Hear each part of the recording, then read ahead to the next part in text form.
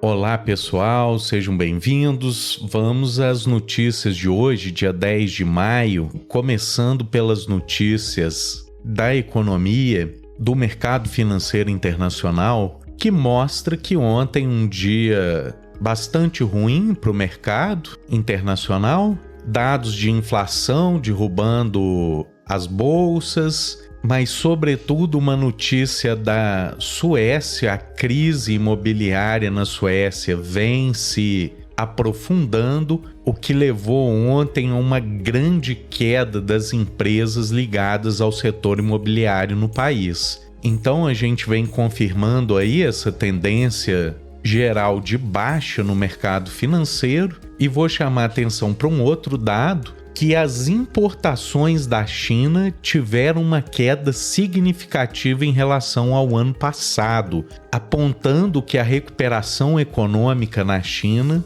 pode não acontecer no ritmo previamente esperado. Mas se por um lado essa redução das importações da China sinalizam um enfraquecimento da demanda global, então a China precisa de menos matéria-prima para produzir os produtos industrializados que depois ela vai exportar. Por outro lado, isso representa também que a China cada vez mais substitui o mercado externo pelo mercado interno. Então aqui uma reportagem bastante curiosa mostrando que a participação da indústria automobilística internacional nas vendas de automóveis dentro da China hoje já é menos que 50%, porque cada vez mais cresce a venda de produtos dentro da China, de carros dentro da China, de marcas chinesas,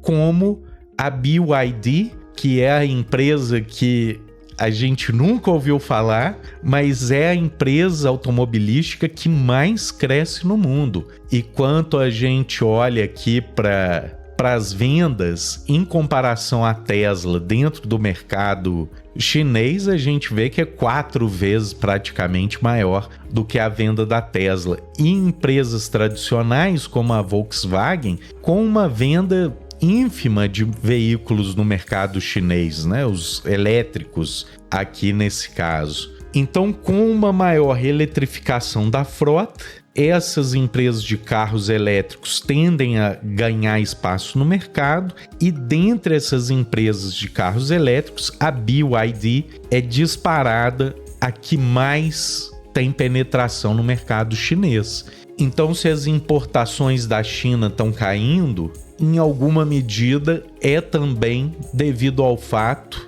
de que a China importa cada vez menos bens tecnológicos e produz internamente com a sua tecnologia, com as suas fábricas, com as suas empresas, esse tipo de bem de consumo, que aqui no caso a gente está chamando atenção para o automóvel. Então, apesar de um indicador ruim como um todo para a economia global, a redução das importações chinesas também significam uma economia chinesa mais voltada para dentro, mais voltada para o seu próprio mercado consumidor, o que eu acho que em parte explica esses números decepcionantes das importações chinesas. Mas se tivermos aí duas notícias bastante negativas, por outro lado, temos a notícia positiva de que finalmente republicanos e democratas sentaram para negociar a questão do orçamento americano, que tem o prazo até dia 1º de junho, onde, se não sair nenhum acordo, o governo americano vai entrar em default, ou seja, vai dar calote, vai parar de pagar as suas contas porque não teria autorização orçamentária do Congresso para executar esses gastos. Um passo importante. Nas outras ocasiões, essa chantagem republicana em cima do teto de gastos americano, na última hora sempre se encontrou uma saída, e a abertura dessas negociações ontem parece indicar uma chamada à razão aí dos republicanos para evitar um desastre financeiro de maiores proporções. Então, no balanço das notícias de hoje, 2 notícias muito ruins: o rebaixamento de crédito de empresas imobiliárias suecas, que levou a uma derrocada desse setor no país, as importações chinesas caindo muito mais do que o esperado, mas, por outro lado, uma expectativa de que avance as negociações sobre o orçamento americano. E, por fim, a última notícia da economia que eu queria trazer hoje é que na Inglaterra as empresas de saneamento básico de água, elas estão sendo muito questionadas, inclusive com propostas cada vez mais sérias de reestatização dessas empresas. A Inglaterra, que já reviu muito das privatizações no setor ferroviário, no setor de energia, e agora também levantando fortemente essa possibilidade de reestatização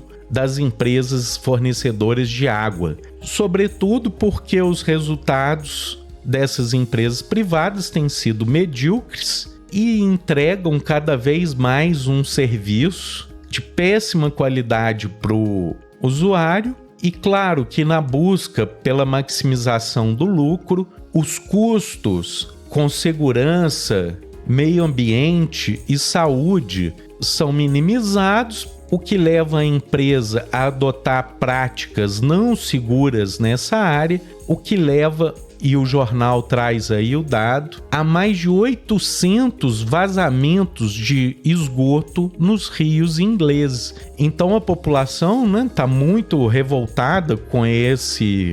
essa poluição das águas no Reino Unido, e se entende que somente uma empresa pública seria capaz de, por não ter como objetivo principal a maximização do lucro, de conter todas essas externalidades que as empresas privadas de água estão levando